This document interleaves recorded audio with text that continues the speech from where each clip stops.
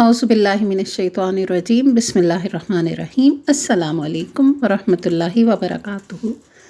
तरबियत औलाद की करनी हो या शागिर्दों की, मर्द की हो या औरत की, सभी के लिए कुरान और सुन्नत बेहतरीन रहनुमाई करते हैं। इसीलिए आज का टॉपिक है चंद ऐसी अहादीस जो तरबियत में मददगार हैं। तो पहला जो अदब है वो अदब ही के बारे में है कि बाअदब बानसीब होता है। इस सिलसिले में हम अहादीस देखते हैं कि जब तुम्हारे पास किसी कौम का इज़्ज़तदार आदमी आए तो इसकी इज़्ज़त करो। नंबर 2, बरकत तुम्हारे बुज़ुर्गों के साथ है। नंबर 3, वो हम में से नहीं जो छोटों पर रहम ना करे और बड़ों की इज़्ज़त ना करे और अच्छाई का हुक्म ना दे और बुराई से ना रोके। नंबर 4, सफ़ेद रेश मुसलमान की, हामिल कुरान की, जो कुरान के मामले में हद से तजावुज़ करने वाला ना हो और ना ही इससे एराज़ व बेवफ़ाई करने वाला, और मुनसिफ़ बादशाह की इज़्ज़त करना अल्लाह ताला की इज़्ज़त करने के हम मानी है। तो इतनी खूबसूरत अहादीस हैं ये अदब के सिलसिले में, जिनको सब तक पहुँचाना चाहिए ताकि वो भी बाअदब बने।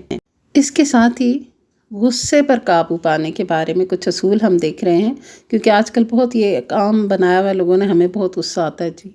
हर एक को उसके ख़्याल में है कि उसे गुस्सा आता है, उसे ये भी सोचना चाहिए कि दूसरे को भी आ सकता है, और ये कोई इतनी ख़ास खूबसूरत चीज़ नहीं है कि जो आ रही है तो आप उसका इश्तिहार लगा रहे हैं।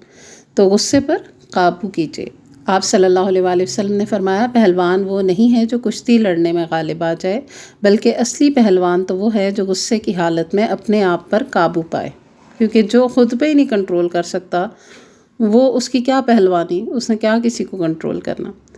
फिर आप सल्लल्लाहु अलैहि वसल्लम ने ये भी फरमाया कि सिखाओ और आसानी करो और मुश्किल मत करो, और जब तुम में से किसी को गुस्सा आए तो इसे चाहिए कि खामोश रहे।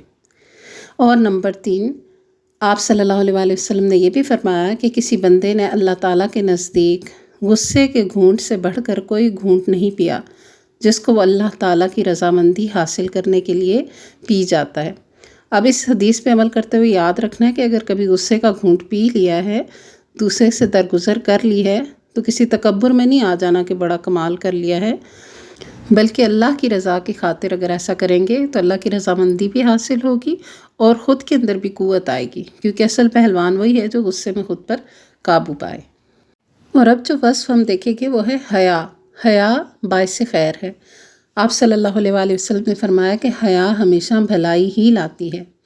हया यानी एक हेजिटेशन होती है ना, जो इंसान को किसी गुनाह का काम करते हुए, किसी बेहयाई का काम करते हुए, किसी बुरे काम को करते हुए, वो हया ज़रूरी है। तो आप सल्लल्लाहु अलैहि वसल्लम ने फरमाया कि हया ईमान में से है और ईमान जन्नत में ले जाता है, और बेहयाई कूड़ा क्रिकेट है और कूड़ा क्रिकेट आग में ले जाता है।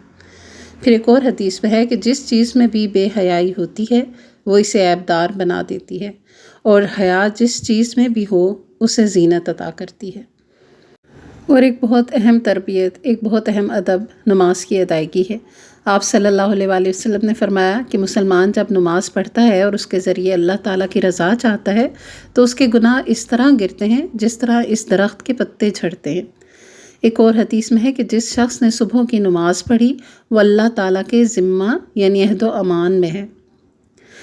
फिर आप सल्लल्लाहु अलैहि वसल्लम ने यह भी फरमाया कि अल्लाह ताला ने 5 नमाज़ें फ़र्ज़ की हैं, बस जिसने अच्छा वज़ू किया, इनको खुशू के साथ पढ़ा और इनका रुकू पूरा किया तो इस नमाजी के लिए अल्लाह का अहद है कि वो इसको बख्श देगा। तो यहाँ पर सबके लिए ज़रूरी बात यह है कि अगर ज़्यादा नवाफिल पढ़ने की तौफीक नहीं है तो कम अज़ कम जो फ़र्ज़ है वो तो लाजिम है, तो 5 वक्त नमाज की पाबंदी ज़रूर कीजिए। नमाज के साथ साथ कामयाबी के लिए तिलावत कुरान ज़रूर कीजिए। हदीस में आता है कि अल्लाह ताला का ज़िक्र और तिलावत कुरान करता रहे, क्योंकि वो तेरे लिए आसमान पर राहत और ज़मीन पर ज़िक्र खैर का बाइस है। एक और हदीस में फरमाया कि तुम में से बेहतर वो है जो कुरान सीखे और सिखाए। यानी वैसे तो सबको शौक़ है कि हम ही सबसे अच्छे नज़र आएँ, लेकिन अच्छा सबसे कौन है? जो कुरान सीखे और सिखाए, सीखे सिखाए इसी काम में लगे, यही बेहतर है।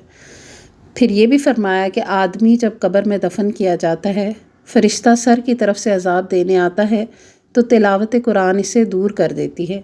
جب فرشتہ سامنے سے آتا ہے تو صدقہ و خیرات اسے دور کر دیتے ہیں، اور جب پاؤں کی طرف سے آتا ہے تو مسجد کی طرف چل کر جانا اسے دور کر دیتا ہے۔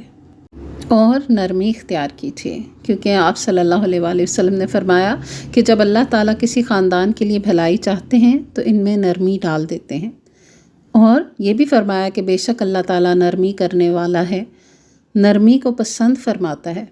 نرمی پر جو کچھ عطا فرماتا ہے وہ سختی پر اور اس کے علاوہ کسی چیز پر عطا نہیں فرماتا۔ سبحان اللہ۔ تو اللہ سے بڑھ کر جلال کس کا ہے، لیکن اللہ تعالیٰ نرمی کرنے والا ہے۔ اور تربیت چھلکتی تو گفتگو سے ہی ہے، سو گفتگو کا سلیقہ بھی سیکھیے۔ آپ صلی اللہ علیہ وآلہ وسلم نے فرمایا کہ بندہ اللہ تعالیٰ کی رضامندی کے لیے ایک بات زبان سے نکالتا ہے، اسے وہ کوئی اہمیت بھی نہیں دیتا، مگر اسی کی وجہ سے اللہ تعالیٰ اس کے درجے بلند کر دیتا ہے۔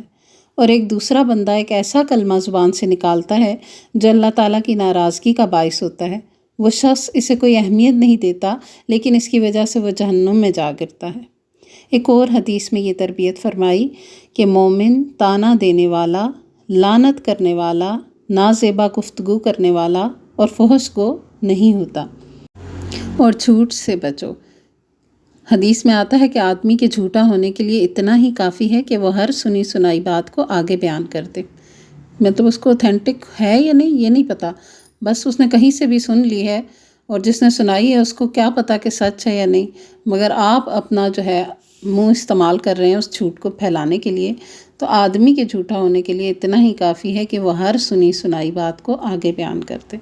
اور یہ بھی ارشاد فرمایا کہ بلا شبہ سچ آدمی کو نیکی کی طرف بلاتا ہے اور نیکی جنت کی طرف لے جاتی ہے، اور آدمی سچ بولتا رہتا ہے یہاں تک کہ وہ صدیق کا مرتبہ حاصل کر لیتا ہے، اور بلا شبہ جھوٹ آدمی کو برائی کی طرف بلاتا ہے اور برائی جہنم کی طرف لے جاتی ہے، اور آدمی جھوٹ بولتا رہتا ہے یہاں تک کہ وہ اللہ تعالیٰ کے ہاں بہت جھوٹا لکھ دیا جاتا ہے۔